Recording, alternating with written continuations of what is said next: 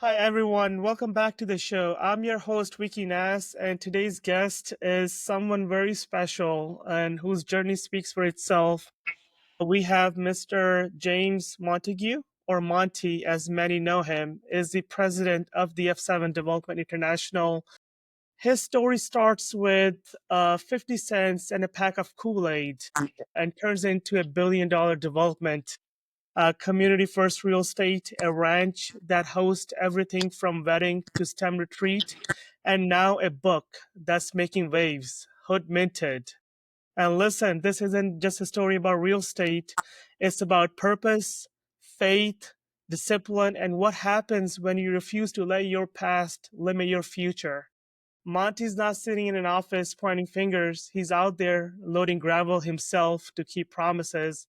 We'll dive into that more during the show. Monty, welcome to the show. It's an absolute honor to have you here, sir. How are you today?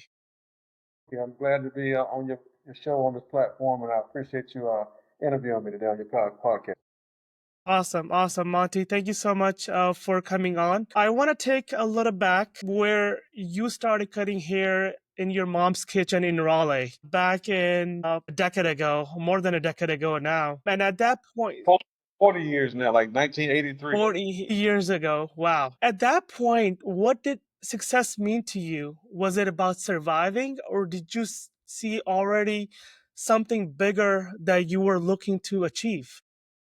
Honestly, I wasn't looking long term at all at that time. At that time, the reason why I started like in my mom's kitchen is because back in the 80s, haircuts were like $3. Okay. So $3.50. That's what a haircut cost back in the 80s, and they're probably at 50 Wow. now, but $3 is what they cost when $60 for now. yeah. $60, $100 if you go to a luxury barbershop. Oh, see, that's man, come on. I didn't make that enough for one haircut. But when haircuts went up from $3.50 to $5, my mother was like, "We are no longer going to the barber shop. I will go to Kmart. Heard of Kmart before? No, I have not. No. Kmart store back in the days, it was like a Walmart, but Walmart just took it to the next level. It was the Okay. competition. Kmart, Walmart. Kmart was where we went. Okay. Pair of clippers from mom bought it for $9.99 at a blue light special, and I started cutting my hair, and I started cutting everyone in the neighborhood's hair, and learned how to actually serve people and get better and better, upsell. Because what I do, and the reason why we said 50 cents in a pack of Kool-Aid is because when you buy the little Kool-Aid packs, they always have what's called a proof of purchase seal, a little square box. You cut that out, right? Okay. Yeah. Yeah. If you Yeah. of those and mail them back in the envelope to the corporation, the corporation will send you like socks, T-shirts, underwear, hats. You ever seen a Kool-Aid picture? Yes. Yes. Yeah, that's It's the same. Oh, wow. It's the same marketing Pepsi did as well back in the days where you would collect your coins and turn in those coins for small prizes, right? absolutely yes. That was very popular in the 80s. Correct. Wow. Oh, excellent. That's Excellent. how. So what this grand vision of me wanting to be just rich one day? It was necessity. It was the only way I could make money at the time because I was so young. I couldn't get a job. I wanted to work, but I was only 13. I couldn't actually legally work. But it's a mindset that you had that you want to be able to earn at that young age. Not a lot of kids have the luxury or have their mindset built in a way that they want to be able to earn. A lot of us nowadays, especially kids, they have everything provided to them, right? So they don't go through that. And having the mindset where you want to be able to create something for your own started at age of 13 Right. it's amazing. Do you own any barbershop now? I still have my first barbershop beauty salon. I actually opened my first one up at 19 years old. And I mean, that was a long time ago, but I still actually own it right now. A barbershop beauty salon, Wow, right now. that's great. That's great. And that's in North Carolina? It's in Raleigh, North Carolina, 918 Rock Quarry. And it's actually the same people that when I started, 30 something years ago, the same people work with me now. Wow. Yeah. Loyalty. Yes. We will definitely get into that as well. That's great. In your book, you talk about hustle, faith, and discipline. But as you know, in the social media version, that kind doesn't fit on the Instagram code, right? So, which of these showed up for you first, and which one still kicks your butt someday today? As far as on those three principles, Yes, hustle, faith, and discipline. so discipline is what depend on because a lot of people try to rely on motivation. I never rely on motivation. It's to me, it's Okay. always because motivation can wane. It can go. You can be highly motivated to do something. The next day you don't feel so much. Highly the next day you don't feel so much. I don't. I never do. I never depend on motivation. I'm always depending on discipline. I have the same habits of studying, of meditation, of praying, of treating people the right way. I do the same thing all the time. I never rely on motivation because a lot of people that I talk to, they get motivated to do something, and then when I talk to them again, they didn't move on it because they're no longer motivated. So what I feel like you have to establish habits that are not changeable. You don't give on those habits. Whatever you do, you stay focused on that, you stay centered on it, and it becomes a part of your personality.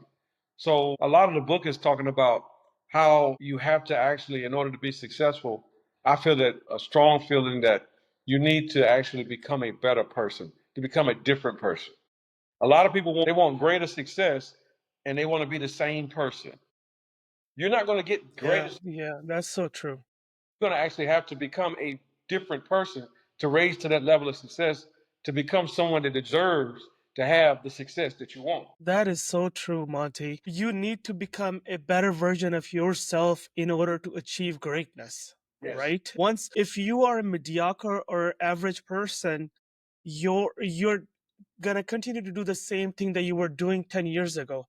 What's Absolutely. gonna change? The change has to come within yourself, right? And I think discipline is a great point you touched, and motivation as well. You're right. One day you're feeling depressed, the other day you're feeling all the energy there, and you wanna go from $1 to $100 million in one day. That's simply not gonna happen because you do not have the time and the luxury to do all the things in one day. Absolutely. And staying disciplined, and that can go from small things like waking up early in the morning, and make sure you're consistent to that. Like if you're waking up 5 a.m. in the morning, go for a run and continue that schedule for the rest of your time until you have made it, until you have earned it. Not just, yeah, I'm going to do it for 1 week, I'm all in, then second week, third week, fourth week, it all disappeared, right? And that's where discipline is so important, to become a better version of yourself. And I think that's excellent take for the audience to be able to make sure, once you have built consistency with yourself, that is something that's going to change you within yourself, right?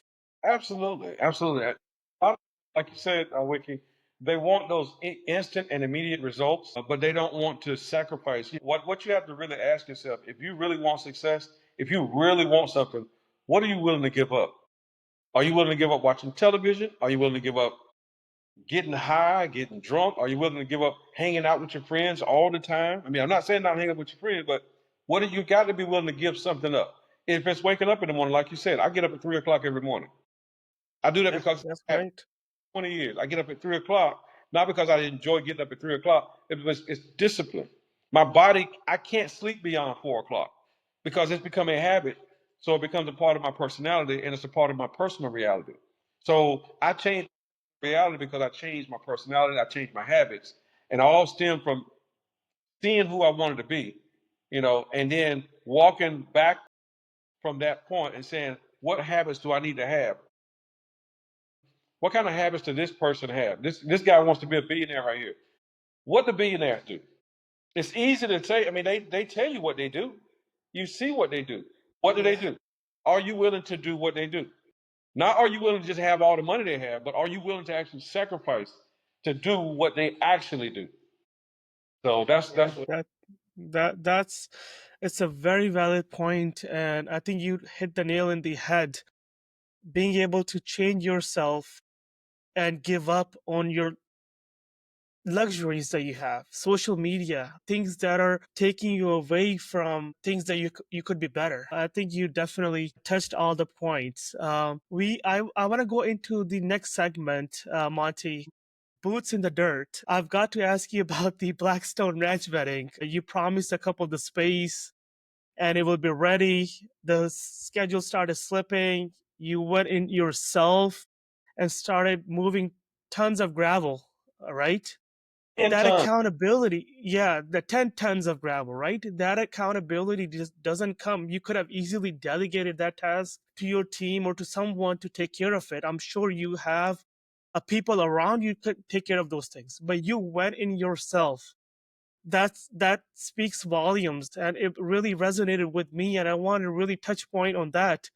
Like, how do you get that type of accountability to be able to show up yourself and do and take care of those things that you promised to your customers or your clients?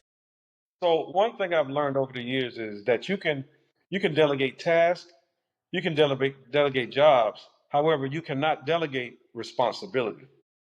The Okay. responsibility you you can actually delegate someone to do this thing that you don't want to do, you don't feel like doing this person's job, such that. But the responsibility ultimately lies within me.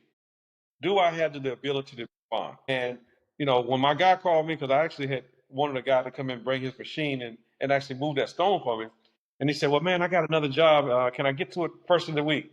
And I said, "These people are getting married next week."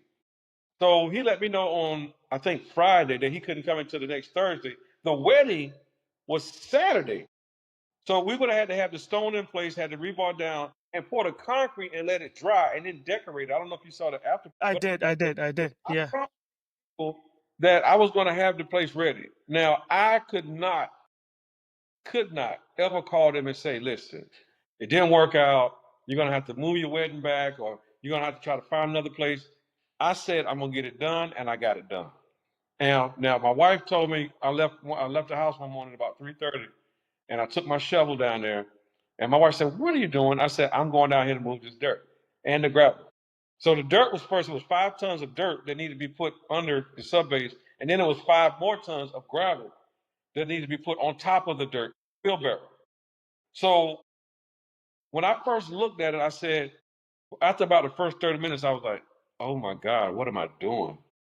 I mean, it was a 9 foot high. I don't know if you saw. It was 9 feet high Yeah. pile, right? So I'm standing in this thing, and I got the wheelbarrow down there. And when I first about the first 30 minutes, I was like, "Is this really gonna happen?" And then in the back of my mind, I said, "Shut up." I said, "You got to shut up. If you're not gonna help, shut up."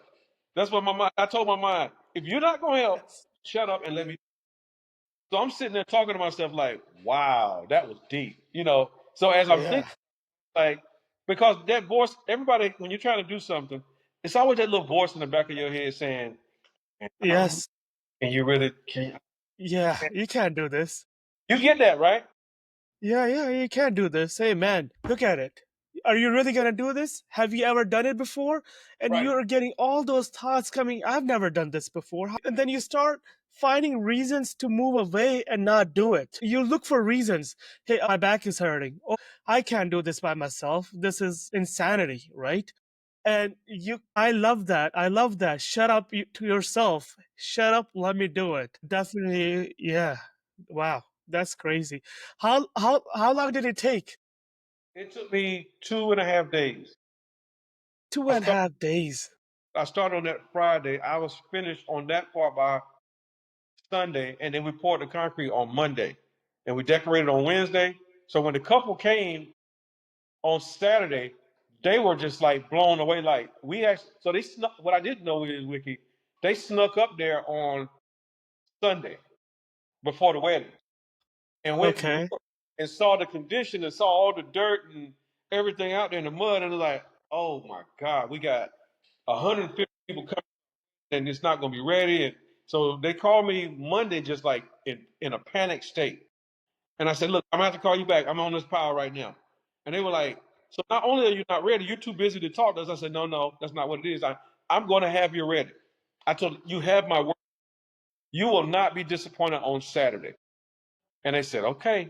We're taking your word, and Excellent.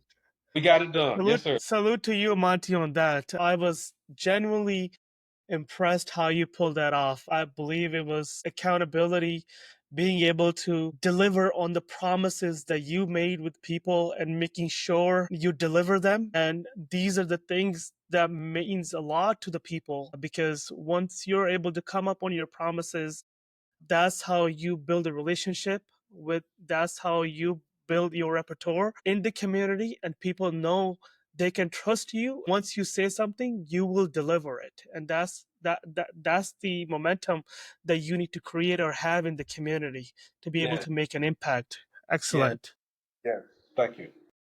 Yeah, no worries. You said a success in business comes from keeping promises. Yeah. That's yeah, right. In a world where people chase shortcuts, that was definitely very deep, right? Because nowadays everyone to be able to figure a way out to do the full day work in an hour or 2 hour and get the same results, right? Who taught you that type of lesson to be able to make sure you follow through on all the promises that you have made? Well, life taught me that. Life taught me that because we always have a choice. And I'm not saying that you can always deliver what you promise, but you always can do more than what you think you can do. What do they say? There's a saying that says, if you shoot for the moon, you'll hit a star or something like that. You know, Yeah. if you have high expectations, that can guide you in who you are to become. It takes nothing to have low expectations. Because if you have low expectations, you're going to always hit those low expectations. Always. But who wants to hit low expectations? Keep your Nobody. ex- high. Nobody.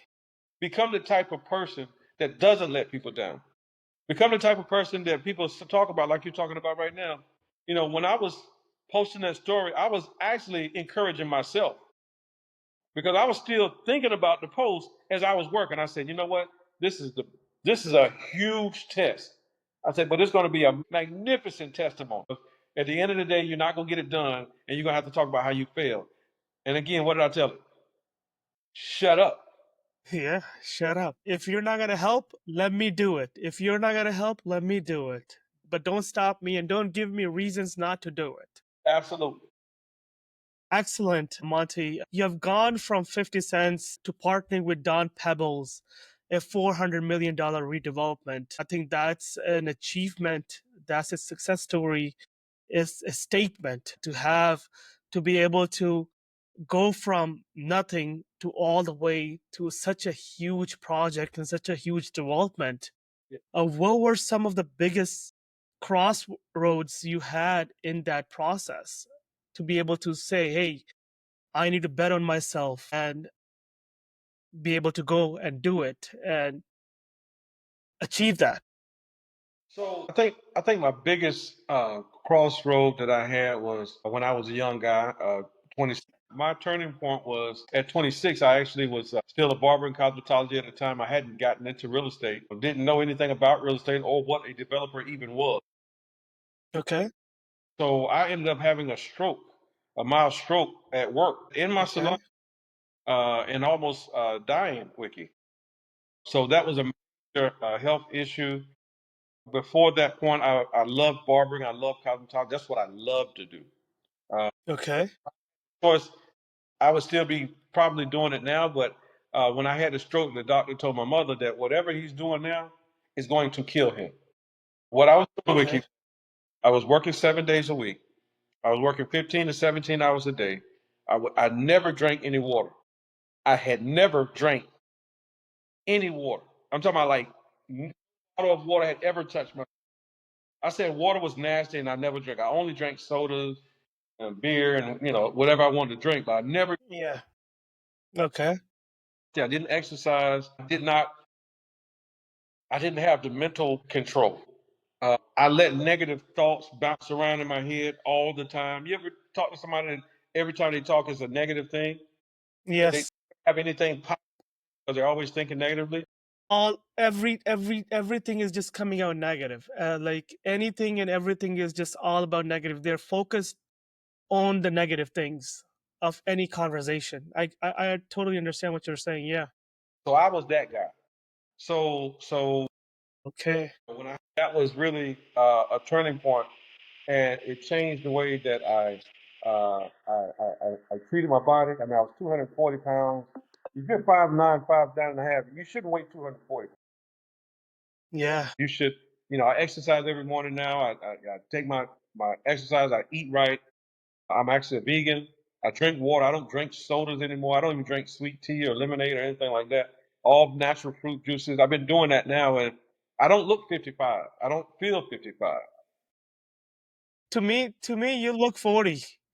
Look 40 or 42 maximum.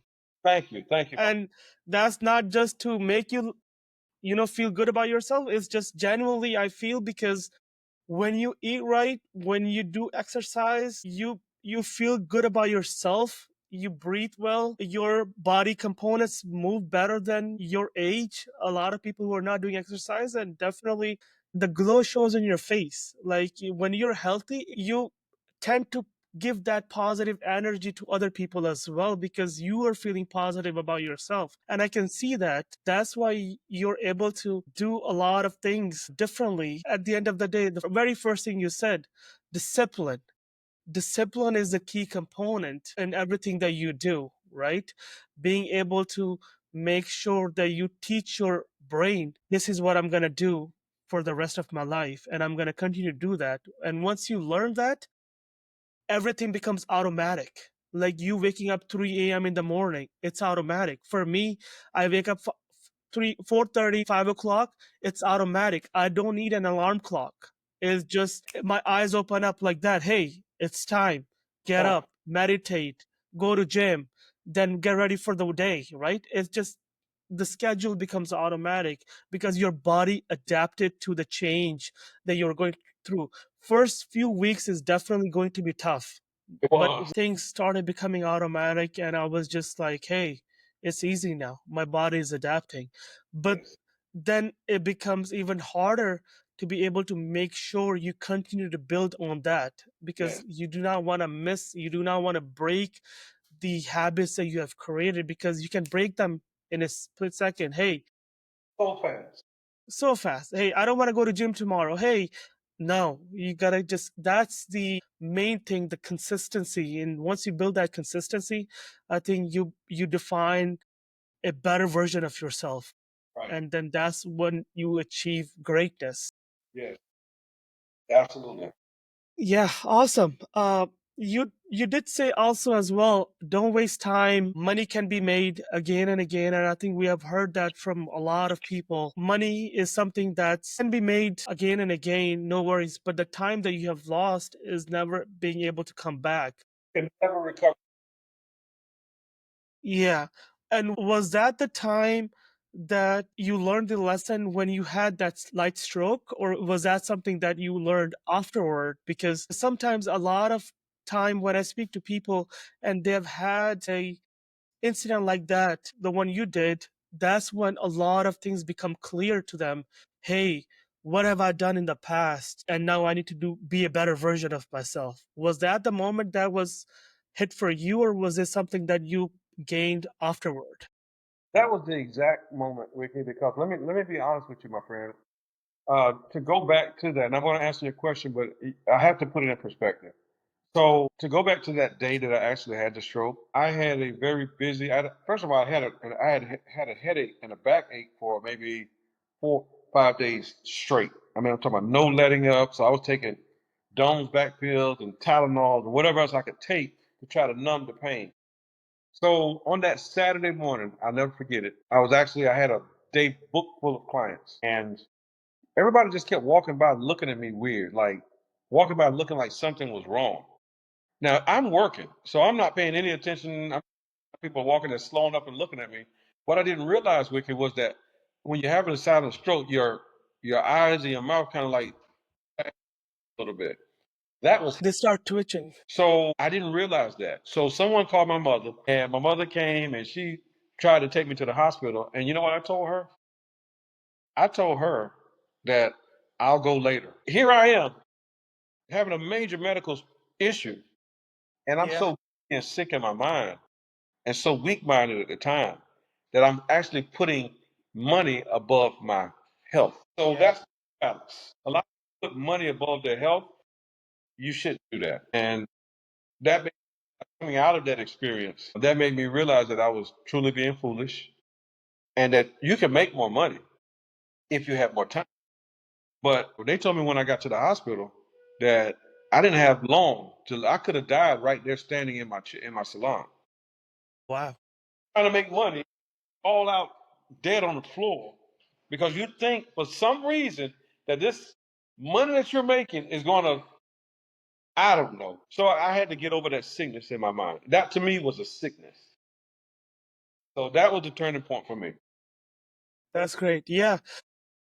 No matter what you do, uh, millionaires, billionaires, trillionaires, at the end of the day, when you're gonna die, you're all gonna leave it behind. So it's all about what type of traits, personality traits you have, and how well you balance your life. Because there's some people who are working 80, 90 hours a week, right? And just focus on so much making money.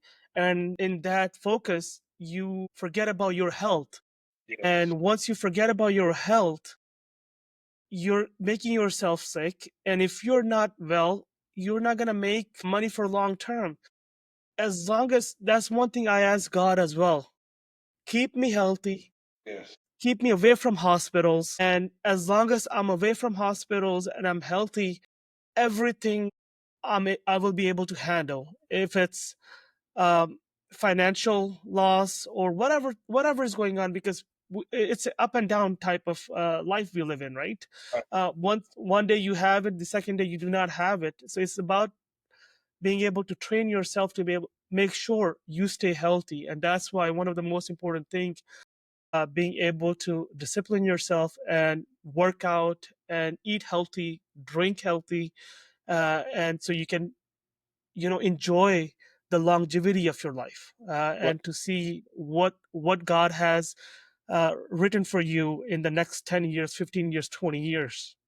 Absolutely. And And yeah, yeah. I think earlier, and I don't want to just skip past this one. This was very, very important. So, a lot of times in high pressure situations, we actually forget to do one very important, and that is breathe. Yes. You don't realize when you're stressed sometimes that you're not breathing properly. You're not actually doing that. It's those short little, you don't even notice it, but that can actually hurt you. So you actually have to say, okay, let me calm down. Let me breathe. Let me take it in. Let me blow it out. Yeah. Yeah. Because when you do that, it's very difficult to focus on a problem or an issue. Because a lot of times you build that problem up in your mind and all you're focusing on that. You're not really even thinking about a solution. You're focusing on the problem. And it's very difficult to solve a problem while you're so focused on the problem. You have to be more geared towards the solution. And you'll get the solution when you breathe, when you take time to think about it just for a second, not worry about it. I mean, something so simple. People don't do that, you Yeah, know? that's so true. That's so deep, because now you talk about it, I can think a lot of times I've put myself into the same position as well. As soon as an email comes in or client is dropped or whatever happens, right? These big moments that comes in, and you suddenly drop everything to the floor and you just start stressing, and then you're right. And then once you sit down and think about it and you breathe in, that's when you're able to process what just happened and how you need to be able to handle it moving forward, right? So I think an excellent point, Monty. Going into a next segment, planting seed for next generation. Right. One of my favorite things that you have shared a post I was going through on LinkedIn with your grandson on the farm. You weren't just planting crops, right? You were planting values. Right. What kind of legacy are you working toward building for your next generation? You're working toward for your family and this book? Yes. So, it's very important that we really understand that when it comes to any effort that you put out there, if you, in the book, it says there's no success without succession plan. If you're not planning for 2 generations down the road, you're actually wasting your time. Because in the Bible, that's what I read. It said a good man leaves an inheritance to his children's children. It doesn't mean, okay, you just work and you give everything to your kids. That's not the way to do it. You have to actually understand that, okay, I need to create procedures and principles that they can live by. Because you can give somebody $1 million this month, and if they are stupid, they're going to go to Next. buy a Ferrari, Lamborghini. Everything you work for 40 years is gone. There's no trade. God. I've seen it happen. People that got money, $1 million, and they felt like, hey, $1 million is a lot. I'm set for life. And I'm like, are you really? Like, are you really? Like, Right. what type of goals do you have? $1 million doesn't seem a lot of money nowadays. It's just like if you have the vision for what the success looks like to you, it is just a starting point for a lot of people. And for me, I look at it the same way as well. So you talk about business processes and models to leave for your kids and their kids to be able to follow that. And I think that's an excellent take on that, because it seems like you didn't come from money. All No. right, a lot of us, myself as well, we didn't come from money, but we are trying to create or break that circle so the rest of our families do not have to go through what I had to go through, or being able to give them a better chance in life to even take what I have created or what you have created, or take it to the even next level, right? Because not being able to come for the money, I think that's is the hunger that's inside of me to be able Yeah. to make sure Yeah. continue to be better, and it's never enough. At one point in life, hey, I've made this. I have a 200K job. Hey, no, that's not enough. I Right. need to do better. I need to be better. And I always had that entrepreneur mindset with me, that work jobs was just, hey, means to put food on the table. It was never something that I wanted to live for the rest of my life. And I always wanted to be a entrepreneur. And I think that's why we're sitting here. If I was not an entrepreneur, we would never have a conversation the way we are having. So, right? The Right. things that I do right now today will make a huge difference for the 5, 10 years that are going to come ahead of my life. Right? Right. Absolutely. Yeah. Yeah. Absolutely. Yeah. And most people, when they scale a business, they lose sight of why.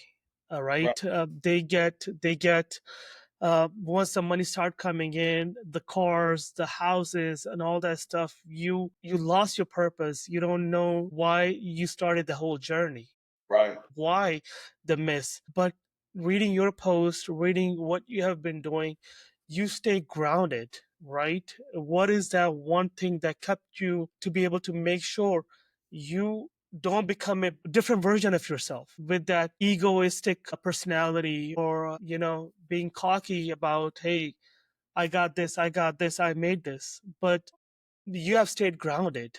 What is the one thing that kept you on your toes? I think what's kept me grounded is actually understanding that it's not about me. It's never about me. It's always about the customer. It's always about serving people. If you focus on serving people, it's very difficult to become big headed because you're too busy figuring out how can I serve the people better? What processes can I put in place to serve different people, more people? How can I get out and meet and leverage my relationships to serve a bigger group of folks? Like even with the when I build a shopping center, it's not just about building the shopping center for the tenants. It's about figuring out, okay, these people, once I build a shopping center and I put tenants in here, they'll be able to serve many people, hundreds of Yes. people. So versus serve 100 myself, I can create a space where they can serve 100 people each. You Yeah. see? And Yeah. then if we do something like the STEM Center, which is what we're doing here on Rock Quarry Road, not only will we be able to serve the children there, but we're going to be able to serve the community because those children will understand that they have to be better and learn the new models and new techniques in order for them to be of value to the community. So even though something as simple as a STEM center It's not just about the kids in the STEM center. It's them understanding how to serve the community better through their knowledge and the things that they learn in the STEM center. So Yeah. Giving back to the community. Giving giving back back to the community. everything is Yeah.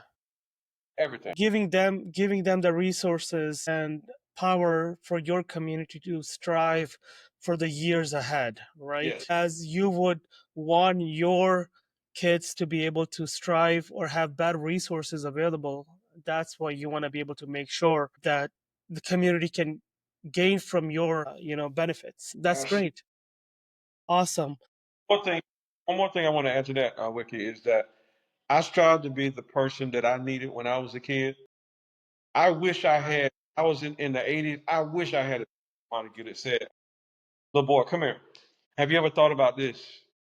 Have you ever? Well, how do you see yourself in 40 years?"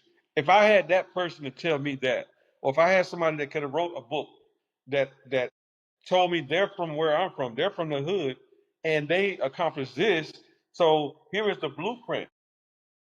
So I strive to be the person that I needed in order for me to be uh, where I am now quicker. It shouldn't take you to get to where I got to. With today's That's so technology, true. I mean, 5, 10 years, man, you should be able to get out here and kill it. And let me tell you why. See, in the '80s, there was no LinkedIn. In the '80s, there was no internet like talking about it. There was no Google. There was no YouTube. Yeah, Instagram. There was no Twitter. There was no TikTok. There was no Facebook. So all of those resources that you have right now, they can actually help and increase the speed of you getting to a certain level. All you have to do now is want it and know where to go get it. In the '80s, that's it. I don't care how bad you wanted it, there was no way to really get it because it did not exist yet. So that's why I feel like everything now is turbocharged. Everything else can be quicker. And I know Fast quicker, paced.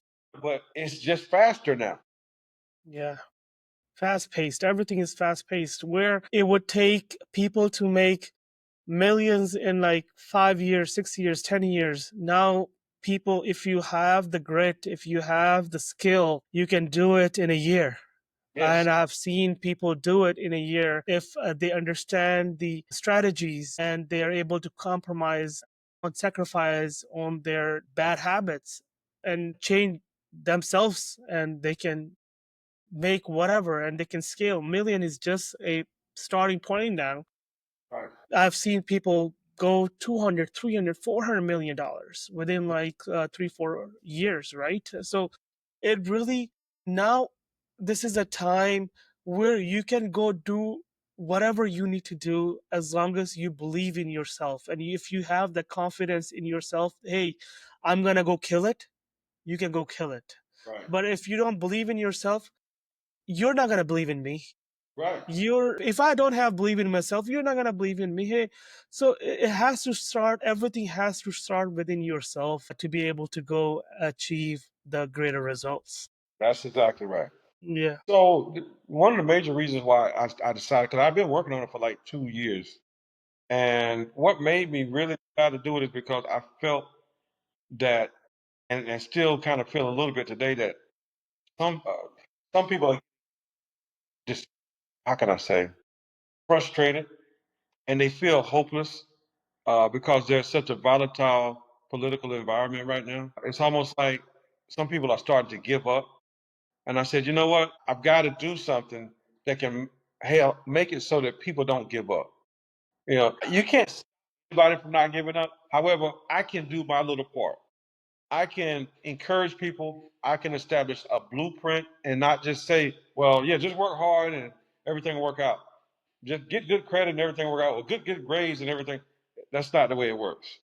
There is an different. actual success. And I use those natural principles in order to document how this is done. For instance, even the seed, and we talked about a seed. You can look at say a watermelon seed. We look at a watermelon seed and we see a watermelon seed. A watermelon seed does not look at itself. We think those things don't have life. Those things actually have life, and they have a natural tendency to express themselves at the highest level that they can express themselves. We don't have those tendencies. We are geared towards complacency and comfort. If you give the average man or woman enough, give them $1 million in their bank account, give them the car of their dreams, give them the house of their dreams, they will stop trying. Let them go out and eat at every restaurant they want to eat at for free and all that. They will give up on life because they feel like they don't have anything else to do. They feel like I've got everything I want. I'm complacent. Complacency is the enemy of true success. So um, I feel like everything in nature and in life, including people, owe it to society to become the best version of itself or themselves. So you have to always be striving to do better, to be better, to move higher. Life is growth, and we have to understand that. Yeah, yeah, excellent. And you also mentioned where you come from is part of your power, not your limitation, Right, right? right. For someone listening right now that are stuck or just starting out, what do you want them to hear in this message? So a lot of people that I talk to always say, well, man, you're lucky. If I had this much money here, I would start this business. Or they'll tell me, well, I want to start this type of business, whether it's a shoe store, ice cream store. I want to build houses like you build. I want to do shopping centers like you build. So once I get enough money, then I'll start. And that's not how business works.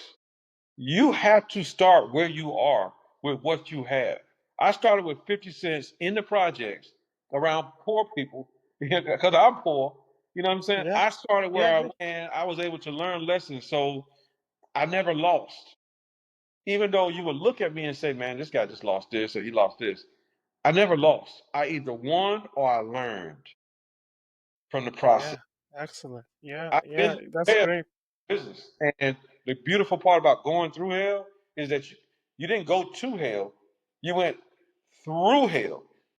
So when you Yeah, go through something, so if I go to a door, I stop at the door. If I go through the doorway, I can look back and say, wow, that's how I got that doorway. So now I can reflect yes, coming through that and learn the excellent. lesson Yeah, to be able to teach and talk about it and benefit other people because why? I went through it and I'm on the other side of it now. So yes, those yes, yeah, and going through what most people consider loss are things that actually make you stronger as a person and they help you have a better testimony so that you'll be able to affect more people in a positive way.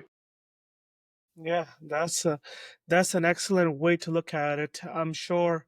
Um, Great way to be able to start from where you are, and not keep giving yourself reasons. Hey, if I have X, Y, Z, then I'll be in a better position to be able to execute what I need to do.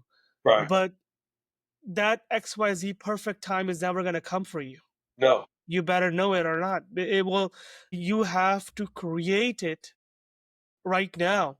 And if you do not create it, nobody's going to give you that perfect, hey, here's a $500,000 and here's this house, here's this car.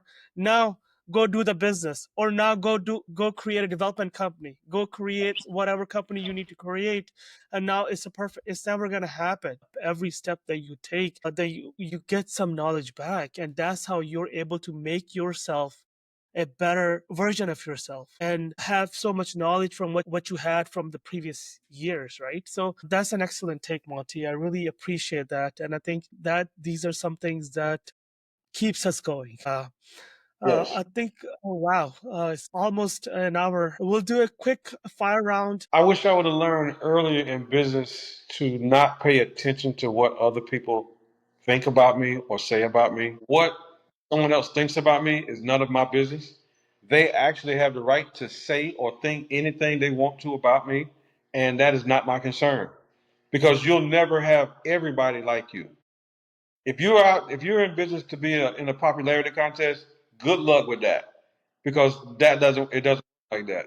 You focus on serving the people, and the only people that matter are the people that you're serving. Most of the time, the people that talk about you in a negative way are not people that you're serving. Those are people that are envious, maybe jealous a little bit about the fact that you have the heart to serve people. So they talk about you and your service to other people that's not even them. If you serve in the extra way, the people that you're serving, you may be able to not please them sometimes, but majority of the time, if people know that you're willing to go above and beyond for them, they're not going to talk bad about you. Yeah. Hey, when you And go a lot of envy, because when people feel like you're doing better for yourself or you have become a better version, people don't like the change. no, People want you to be on the same standard as them, yes, right? And once they feel like, hey, this person started doing better, then that envy is gonna get created in those people, and they will always be there no matter what. right. Craziest thing you have had to keep a project on track? I think we already know that one. Yeah, that was. We already, yeah, Yeah, yeah. let me be honest. Moving 10 tons of dirt and gravel is not for the faint of heart, man. I'm trying to tell you that was a lot. But again, I had to keep my promise. And I'm glad I did it because honestly, most people, man, for some reason, they love that. Since I did that 2 weeks ago, I've actually been on a podcast every single day. I did two podcasts on Saturday. No, it was a podcast and a radio show, 93.5 or something like that. But everybody asked me the question, what made you do that? I think because one lady, the interviewer said, I would never do that. And I said, well, you would never get to a certain level of success that I want to be at. You know what I'm That saying? you have built for yourself. Yes. I feel like I had to do it. So yeah, so that was the roughest thing I ever had to do on that. All right, awesome. And what's next for F7 in 2025 and beyond? What are the biggest projects or the future year, 2 years looks like for you guys now? So I'll be doing work in Durham with Donahue Peoples. We got another project here in Raleigh. I've got several projects in Durham, Raleigh, Asheville. We just won a big RFP with one of our joint venture partners. We got maybe 5 projects with them alone. So just following up, doing those projects and seeking more joint venture partnerships and figuring out how I can leverage my success and my knowledge in order to bless more people. It's all about serving the people. It's not just about staying busy. How can I serve more and more and more people in an excellent way? And how you can give back to the community, pass on your positive energy, Yes, where that can make an impact to other people's life, and then they can look back to you. And that's the satisfaction that money cannot buy. that's No matter how rich you get, but the satisfaction of being able to help others and seeing them where they were and impact you made in their life and now where they are, sharing the same vision and same energy. I think that's the satisfaction. I got one word to describe that, Wiki, and that word is everything that you just said is my major goal for this year. My major goal for this year is to change a certain word that's used in a certain way right now, and that word is called PowerPoint. Like right now, when I say PowerPoint, that means one thing to you. That means that there's a presentation you got to do and you want to show some people this thing. That's not what PowerPoint needs to mean. PowerPoint needs to mean you are the conduit. You are the person on the ground, the entity on the ground that the divine power energy, God, sends through his word, through the universe, and touches you. You become the PowerPoint so that you can electrify your community and bless other people. So I don't want Yes. PowerPoint to mean a presentation anymore. A PowerPoint needs to mean that you become the person that God exercises his authority into so that people can see you, right? And Yes. understand something bigger than you that's moving you. That's great. I will definitely make a key point of that PowerPoint, something to definitely brush it again. All right, one last curveball for the world. As you know, I work with a lot of construction companies who are doing a lot of build out, development, residential, commercial project, and I've seen the bigger the vision get, it becomes harder for them to find the right people and keep the right people together in life. And you have scaled F7 into something massive and continue to do so. What's one thing that you have learned keeping the right people around you as your mission gets bigger? Keep people around you that maintain a positive mind frame and listen to people. A lot of times people, when they get to a certain position, like myself, they always want to be the first one to talk. I'm always the last person to talk because I feel like everybody deserves to be heard. A lot of times you'll learn something. I mean, rather than go into a room and say, well, I'm going to tell them what I think, and then I'm going to get their feedback on what I think. Who are you? Why do you deserve to be the only person that gets listened to? So I strive to become a better listener, and it makes me a better team member when I can listen to different points of view and not feel any kind of way about it. Don't get offended. Don't feel, man, this person is this or that. No, listen to them because everybody has a story and everybody has value. And in understanding that, that makes your other teammates appreciate you more when you become a person that can listen. With the projects you're doing, how do you deal with the shortages or any gaps on site? Do you see any recurring challenges that you always have to worry about while going into development projects? You always have to worry about those projects. I've never experienced a project that had every dollar that it needed. Don't repeat the same mistakes that led you to be at that stage for that project. Monty, thank you so much for showing up with honesty, humor, and humility.